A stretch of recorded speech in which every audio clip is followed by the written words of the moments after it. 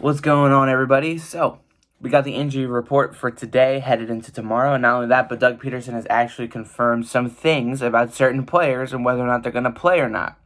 So, on the injury report, let's go down the list. First and foremost, we got the players that are going to be out. Players that are out did not participate. Jack Driscoll and Zach Ertz, both with an ankle injury, they're both out. Malik Jackson, quadriceps, did not participate. He's out. Once again, Alshon Jeffrey with his now it's a calf/foot. It's not just the foot anymore, it's the calf. He didn't participate. After weeks of limited participation, he's out. Whatever, dude.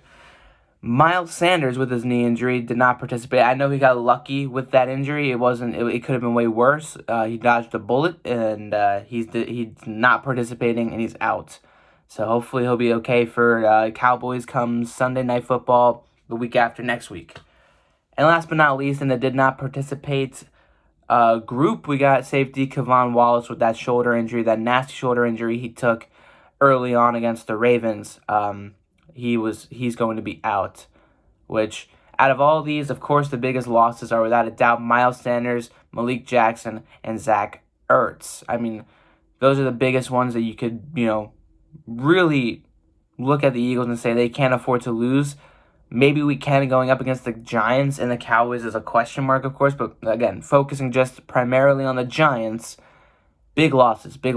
But you got the game statuses that are actually saying that they're in, that they're going to be playing. A lot of surprises here. It's only 3 players, actually 5 players. 2 of them are limited participation, and then full participants. We got Avonte Maddox with his ankle injury that he suffered, I think, against the Steelers or the 49ers. One of the two. He's been out. I think it was against the 49ers because he was out against the Steelers. He's going to be able to play. Linebacker Duke Riley, which is kind of huge, especially for special teams. He had a rib injury. He's going to be good. Marcus Epps. He's going to be good. He also had a rib injury. And then the 2 most surprising ones that I wanted to talk about, because you guys know how I feel about a certain somebody, and not only that, but you know how I feel moving forward. What will work best with Carson Wentz in this offense are the younger guys. Deshaun Jackson with his hamstring injury, he was a full participant and he's ready to play come tomorrow night against the Giants. Now, before I even talk about the last guy, I just want to get this out of the way. As much as we love Deshaun Jackson, as much as I love Deshaun Jackson, which I do, he's not helping us whatsoever with being hurt and now coming back and potentially taking away snaps from Travis Fulgham and other guys that have been producing very well in their time. And Deshaun Jackson, when he's healthy, he's only had 1 really good game in his 2 years now returning to Philadelphia, and that was week 1 against Washington last year in the season opener. This year, not so much. I know last year he got hurt in week 2 and didn't really play ever again. And then this year he's been around for a couple of weeks. I think the last time he played was against the Bengals a little bit, and then he got hurt. He hasn't amounted to much.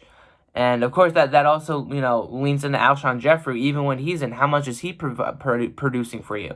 And that's why, as much as I love Deshaun and as much as I don't care for Alshon, I want those 2 to not take away snaps from the guys that are actually putting in work and helping out Carson Wentz in this offense, like Travis Fulgham and Greg Ward.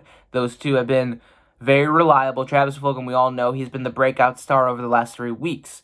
And Greg Ward, he made that incredible sideline catch that kept us in the game, that helped us score one of the 4 touchdowns that nearly had us tie the game against the Ravens. So I don't know how it's going to go tomorrow. I do believe that Deshaun Jackson on one side and Travis Fulgham on the other, it'll be sort of like what we would see if Travis Fulgham was on opposite sides of Jalen Reagor whenever he's able to come back, because that's another thing too. Once Alshon comes back, what are you going to do with Reagor? And then once Reagor comes back, what are you going to do to Greg Ward and Travis Fulgham? Where are those guys going to go?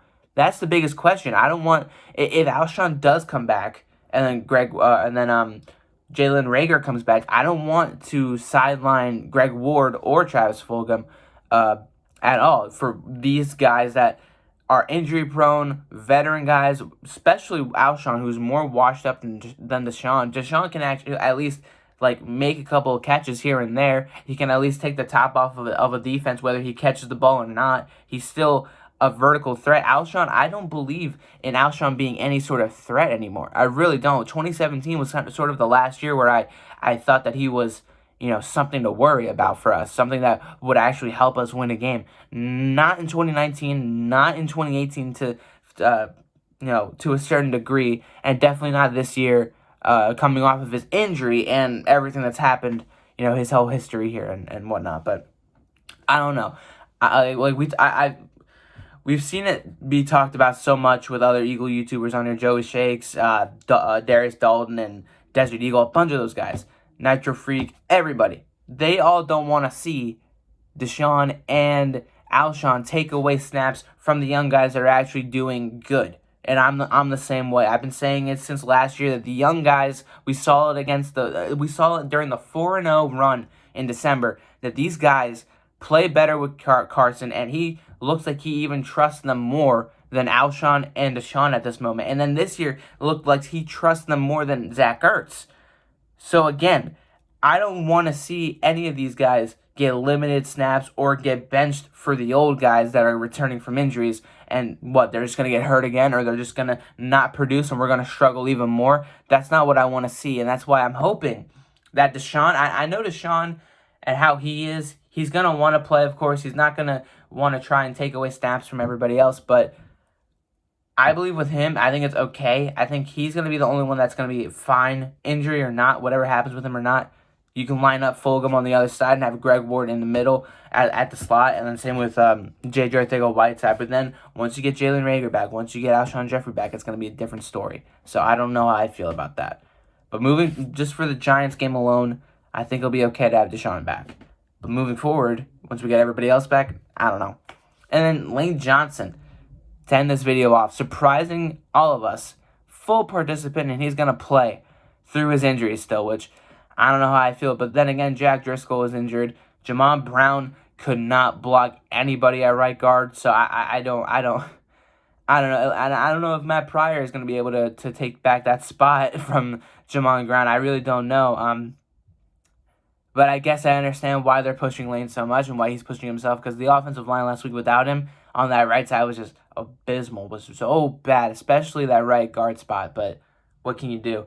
We only have a couple of weeks before Brandon Brooks can somehow make his miraculous return from the torn Achilles injury. So we just have to keep waiting, right? But yeah, that's your ins and outs, and that's your conflicting feelings from me in regards to the wide receivers coming back. Now, of course, we don't have to worry about Reagor for another week or two, a couple of weeks, because he's on IR. Alshon and Deshaun are a bit different story, because we want to see Reagor. But with Deshaun and Alshon in, how much are we going to see from him? Like, I'm talking about Fulgham and Greg Ward, but what about Reagor?